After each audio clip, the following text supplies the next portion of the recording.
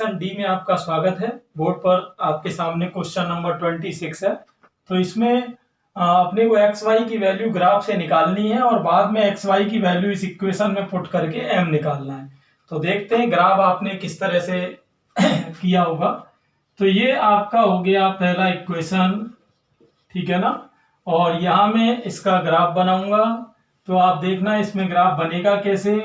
चलिए पहले हम इसमें x की वैल्यू 0 रखते हैं, तो y की वैल्यू आप देख सकते हैं -4 आएगी। तो इस तरह से ये आपका कोऑर्डिनेट हो गया 0, -4, ठीक है।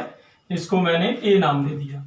चलिए अब यहाँ पर देख लेते हैं, इसमें अगर मैं y की वैल्यू 0 रखूं तो x की वैल्यू आप देख सकते हैं 5 आएगी। तो यहाँ आपका आ गया 5 0 जो कि हो गया b। अब दूसरे इक्वेशन को लाते हैं। दूसरा इक्वेशन है आपका 3x + 5y = 15। अगर मैं इसमें x की वैल्यू 0 रखूं तो y की वैल्यू 3 हो जा रही है। तो पॉइंट आ गया 0 3, मैंने c ले लिया। अब अगर मैं y की वैल्यू 0 रखूं तो यहाँ x की वैल्यू हो जाएगी 5। तो ये आपका हो गया 5 0 d। चलिए ग्राफ में देखते हैं। तो 0 - 4 आपको कहाँ मिलेगा? ये आपको मिलेगा 4 सेंटीमीटर। यहाँ आप पैमाने की माप मान लेंगे, 1 इकाई इक्वल 1 सेंटीमीटर, ठीक है ना। तो ये आपका हो गया 0 माइनस है यानी a। 5 0 आप देख सकते हैं ये x एक्सिस पे आएगा और ये b हो गया, और a से b को ये मैंने लाइन ड्रॉ कर दी। ये ग्राफ हो गया इस पहले समीकरण का। दूसरे के लिए 0 3 यानी ऊपर 3 सेंटीमीटर लेके c, और 5 0 आपने देखा ही वही b है, उसके लिए नया नाम देने की भी अपने को जरूरत नहीं। तो c से मैंने ये b को मिलाती हुई लाइन खींच दी, और इस तरह से आप देख रहे हैं दोनों जो ग्राफ हैं, दोनों लाइन के ग्राफ हैं वो b पर इंटरसेक्ट हो रहे हैं, यानी b ही हमको आंसर देगा। तो यहाँ x की वैल्यू हो गई 5 और y की वैल्यू 0। ये तो हुए x y की वैल्यू। लेकिन अभी इस क्वेश्चन का पार्ट 2 है, जिसमें हमको एक इक्वेशन ऊपर दिया हुआ था और इसमें वैल्यू किसकी लानी, अपने को m की। तो इसमें अपने को x y की वैल्यू रखनी है। x की वैल्यू 5 है और y की वैल्यू 0। तो ये मैं इसमें रख रहा हूं। तो 4 × 5 20, ये तो 0 हो जाएगा। तो इस तरह से आप देख सकते हैं m की वैल्यू आ गई 20। Next question. तो देखते हैं क्वेश्चन नंबर 27 के आपके दो पार्ट हैं, दोनों को देख लेते हैं। यहाँ पर अपना है √1 - sin a / 1 + sin a।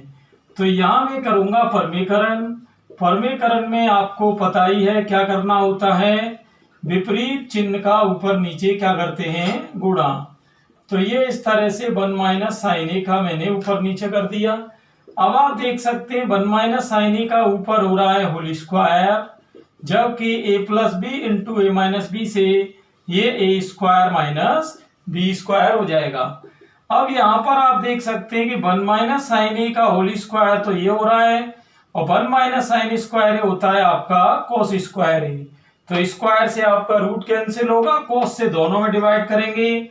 तो ये आपका 1/cos तो हो जाएगा sec a, और sin/cos हो जाएगा tan a। लेकिन जैसा कि आप देख रहे हैं आंसर आ रहा है अपना 1/sec a + tan a। अब वो कैसे आ रहा है उसको देख लेते हैं।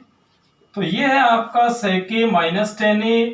अब इसमें मैं इंटू कर ले रहा हूं sec a + tan a का ही ऊपर और sec a + tan a का ही नीचे।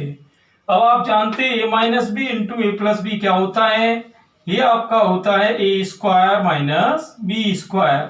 अपॉन में क्या चल रहा है आपका, अपॉन में ये चल रहा है आपका sec a + tan a। अब जैसा कि हम सभी जानते हैं कि sec² - tan² क्या होता है 1, और ये नीचे sec a + tan a चल रहा है आपका। तो ये इस तरह से अपना आंसर फाइनली क्या हो जाएगा, 1/sec a + tan a। यही अपनी RHS दी हुई थी। चलिए इसका सेकंड पार्ट देख लेते हैं। तो अब आपके सामने 27 का सेकंड पार्ट है। इसमें मैं a + b होल स्क्वायर से इसको खोल रहा हूं।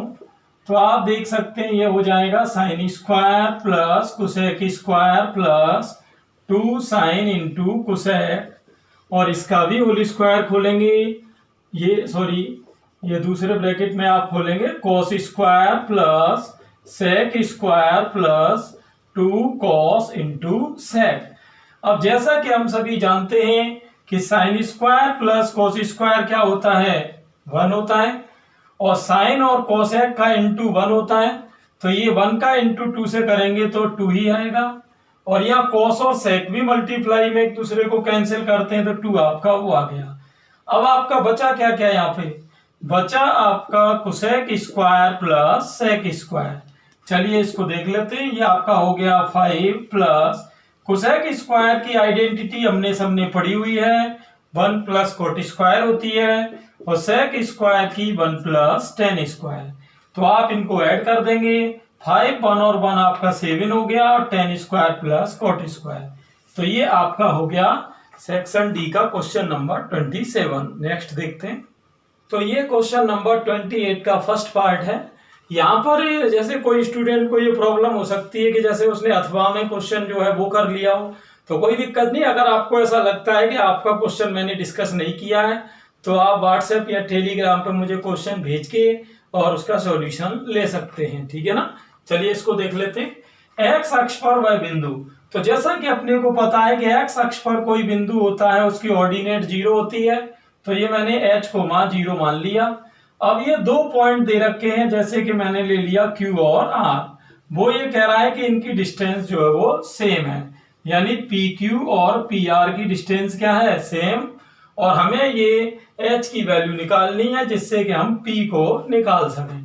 तो चलिए डिस्टेंस फॉर्मूला आप सभी को मालूम है, D इक्वल रूट क्या होता है, x2 माइनस x1 का whole square plus y2 minus y1 का होल स्क्वायर। तो PQ निकाल रहे अपन। Q के कोऑर्डिनेट क्या है, -2 3, R के कोऑर्डिनेट क्या है, -3 4। अब आप थोड़ा ध्यान देना, फॉर्मूला आपके सामने है, पहले मैं PQ निकाल रहा हूं, ठीक है ना। चलिए x2 माइनस x1, तो अगर मैं इसको x1 y1 और इसको x2 y2 लूं तो x2 माइनस x1, ये आपका हो जाएगा -2 माइनस h का whole square, y2 minus y1 यानी 3 माइनस 0 का होल स्क्वायर। PR लेंगे, PR में ये x1 y1 रहेगा, ये x2 y2, तो यहाँ x2 माइनस x1, तो -3 माइनस h का होल स्क्वायर, 4 माइनस 0 का स्क्वायर। अब ये रूट कैंसिल हो जाएगा, होल स्क्वायर खोलना है अपने को, तो -2 का स्क्वायर हो गया 4 plus h square plus 2 into 2 4h, ये 3 का स्क्वायर 9। यहाँ भी होल स्क्वायर खोलेंगे, 9 प्लस h स्क्वायर प्लस ये हो जाएगा आपका 6h, और ये आपका 16, ठीक है ना। अब h स्क्वायर आप देख सकते हैं कैंसिल हो रहा है, और ये 4h उधर 6h में से माइनस होगी 2h हो गई, और ये आपका हो रहा है यहाँ पर 16 प्लस 9 25, इधर आएगा माइनस का, और इधर 4 और 9 हो गए 13, तो 2h हो रहा है -12, और h हो रहा है ये कट के -6। P के कोऑर्डिनेट थे h, 0, तो हमने ये h की वैल्यू रख दी। इस तरह से ये आपका आ गया क्वेश्चन नंबर 28 का फर्स्ट। सेकंड देखते हैं। तो यहाँ देखते हैं क्वेश्चन नंबर 28 का सेकंड पार्ट, जिसमें 2 पॉइंट दे रखे हैं और कह रहा है इनको मिलाने वाली रेखा को बिंदु 7,6 किस अनुपात में विभाजित करेगा। तो ये देखिए हमारा पॉइंट है PQR, R क्या है, अंतर विभाजन बिंदु मान लिया है, और 11 8, और ये हो गया 1 3, और ये हो गया 7 6, ठीक है ना। अगर मैं ये मान लूं कि मान लो R जो है वो PQ का विभाजन लैम्डा अनुपात 1 में कर रहा है, तो देखते हैं, आपको फॉर्मूला मालूम ही है, x इक्वल होता है mx2 plus nx1 upon m plus n। आप चाहे तो y भी ले सकते हैं, x की वैल्यू क्या है 7, m लैम्डा, x2 1, n आपका 1, x1 ये रहा आपका 11 अपॉन m प्लस n यानी लैम्डा प्लस 1। तो 7 इक्वल हो गया lambda plus 11 upon lambda plus 1, cross multiply कर देंगे, और ये आप माइनस करोगे तो लैम्डा इधर ले जाके 7 में से ये गया 6 लैम्डा, और इधर 7 उधर जाके हो जाएगा ये 11 माइनस 7 यानी 4, ठीक है ना। और आप कैंसिल करोगे 2 से 2, ये सॉरी ये हो गया 3 lambda equal 2 and lambda equal 2/3। तो वो जो अनुपात हमसे मांग रहा था वो हो गया आपका 2:3, ठीक है ना। चलिए क्वेश्चन नंबर 29 देख लेते हैं। तो क्वेश्चन नंबर 29 देखते हैं। इसमें थ्योरम आपको दी हुई है। इस थ्योरम का यूज इसी पेपर में पहले भी एक क्वेश्चन में आ चुका है। सिद्ध करो कि एक चाप द्वारा वृत्त के केंद्र पर अंतरित कोण, ये देखिए ये मैंने कोई वृत्त ले लिया, अब यहाँ पर ये कोई केंद्र है O और ये मैंने चाप ले लिया मान लो AB, ठीक है। तो केंद्र पर अंतरित कोण हो गया AOB, इस कोण की वो बात कर रहा है। वृत्त के शेष भाग का मतलब एक तो ये हो गया लघु त्रिज्यखंड, ये होगा दीर्घ त्रिज्यखंड, इसमें इस पर अंतरित कोण का दुगना होता है, यानी यहां मैंने ये शेष भाग ये ले लिया और यहां मैंने कोई पॉइंट C ले लिया है। अब वो आपसे प्रूव करवा रहा है कि जो एंगल AOB है वो आपका परिधि कोण यानी ACB का दुगना है, यानी ये AOB ACB का डबल है। तो देखते हैं ये कैसे प्रूव होगा, मैं आपको बिल्कुल इजी तरीका बताऊंगा इसका। यहां मैंने क्या किया है कि एक लाइन C से ड्रॉ की है O को मिलाती हुई CD, ठीक है। चलिए अब आप थोड़ा ध्यान दें यहाँ पर। अब आप एक चीज देख सकते हैं कि जैसे कि आप त्रिभुज ACO पर ध्यान दें, ACO में। अब ACO में जैसा कि चलिए मैं यहां जैसे एंगल मान ले रहा हूं, मान लो X, ठीक है ना, और ये मैंने एंगल मान लिया मान लो Y, ठीक है। तो आप ये देखिए कि यहां पर ACO की मैं बात कर रहा हूं, ACO में आप देख रहे हैं कि CO और AO बराबर है, तो इनके सामने के जो कोण है, जैसे इसके सामने का ये और इसके सामने का ये बराबर ही होंगे, तो ये X है तो आपका ये भी क्या हो गया X, ठीक है ना, इस तरह से। तो ये दोनों हो गए इक्वल, तो यहां पर आप देख सकते हैं दोनों कोण हो गए X। अब ये जो कोण है ये किसका काम कर रहा है, ये इस त्रिभुज के लिए बहिष्कोण का काम कर रहा है। तो आप देख सकते हैं एंगल AOD क्या हो जाएगा 2x, क्योंकि आपको ये तो पता ही है ट्रायंगल में एक रूल होता है कि जो बहिष्कोण है वो इन दोनों कोणों के योग के बराबर है। तो अगर ये x है ये x है तो ये क्या हो जाएगा 2x हो जाएगा, ऑब्वियस बात है। चलिए अब आप चलेंगे त्रिभुज, आप देखिए अभी आपने ACO लिया था, अब BCO की मैं बात कर ले रहा हूं। तो वही सिमिलर थ्योरी यहाँ है कि अगर ये y है तो ये भी क्या होगा y, और ये अब इसके बहिष्कोण का काम कर रहा है तो ये इन दोनों के योग के बराबर हो जाएगा। तो ये आपका ट्रायंगल हो जाएगा इस तरह से ADOB इक्वल टू y, ठीक है। ये हो गया इक्वेशन 1 और ये आपका हो गया इक्वेशन 2।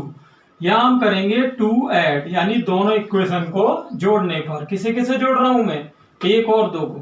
तो angle AOD plus angle DOB equal 2x plus 2y। तो अब आप देखिए वहां पर AOD यानी ये और DOB यानी ये, इन दोनों का मैं टोटल करूंगा तो क्या हो जाएगा AOB, यानी ये पूरा केंद्रीय कोण हो गया AOB, और यहाँ 2 कॉमन ले लें तो ये क्या बचा x प्लस वाई। अब आप गौर से देखिए कि AOB इक्वल, आप ये देखो x और y का टोटल किसके बराबर आ रहा है, ये x है ये y है, ये आपके आ रहा है ACB, यानी ये पूरा कोण। तो इसकी जगह मैं क्या लिख सकता हूं, एंगल ACB, और यही आपको क्या करना है, प्रूव करना है। लास्ट क्वेश्चन देखते हैं। तो अब हम देखते हैं लास्ट क्वेश्चन पूरे पेपर का, इसमें माध्य और बहुलक निकालना है, लास्ट जो चैप्टर है उसका क्वेश्चन है। माध्य में देखिए होता क्या है कि आपको एक तो टेबल वर्ग की दी है, एक x की बनेगी, एक f की और एक हो जाएगी fx की, ठीक है। बहुलक के लिए आपको कोई टेबल की जरूरत है नहीं। तो वर्ग की टेबल क्या है यहाँ पर, 0 से 10, 10 से 20, 20 से 30, 30 से 40, 40 से 50। x आपको पता है मध्यमान होता है, तो 0 और 10 का आधा क्या हो गया 5, 15, 25, 35, 45।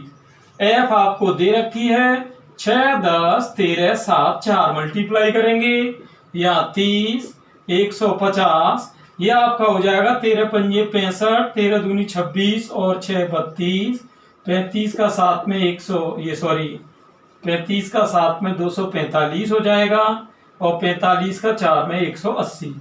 आप इसे ऐड करेंगे तो 6 और 10 16 और 13 29 और 7 36 और 4 40 हो जाएगा। और इसको ऐड करेंगे तो 5 और 5 10, 1 और 3 4 और 5 9 और 2 11 और 4 15 और 8 23, हासिल 2, 2 और 1 3 और 3 6 और 2 8 और 1 9।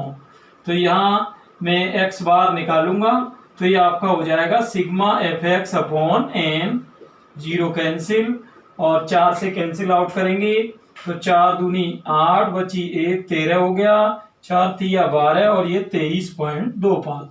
भौलक देखते हैं, भौलक में कोई टेबल की जरूरत होती नहीं, डायरेक्ट फॉर्मूला होता है L plus F1 minus F0 upon 2F1 minus F0 minus F2 into H।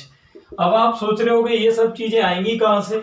देखिए आप सबसे बड़ी बारंबारता को देखें, क्या है 13, ये हो गई आपकी F1, उससे पहले वाली F0, उसके बाद वाली F2, और अंतर कितना है इन सब में 10-10 का, तो H का मान 10 हो जाएगा। ये H है ना, ये H का मान 10 हो जाएगा।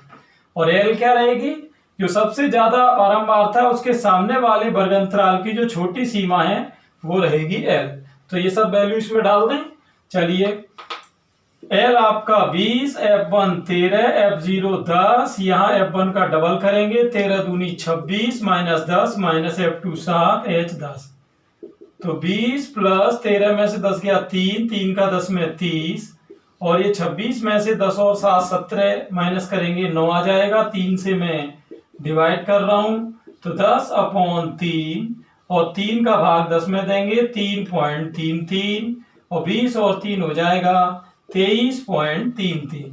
और इस तरह से अब यहाँ पर देखिए एक इसकी जांच भी है कि माध्य और भौलक जो आए हैं वो 20 से 30 के वर्गंतराल के बीच में ही आए हैं, है ना। तो यहाँ मैंने आपको ABCD के 4 पार्ट के 4 वीडियो में बनाए हैं, और अगर कोई स्टूडेंट ने इसको नहीं समझ पाया तो वो कोई भी क्वेश्चन व्हाट्सएप और टेलीग्राम पर दोबारा से रिपीट कर सकूंगा मैं। और इसी तरह से आप नए नए कंसेप्ट को जानने के लिए चैनल पर बने रहें और ज्यादा से ज्यादा स्टूडेंट्स को इसको शेयर करें। Thanks for watching.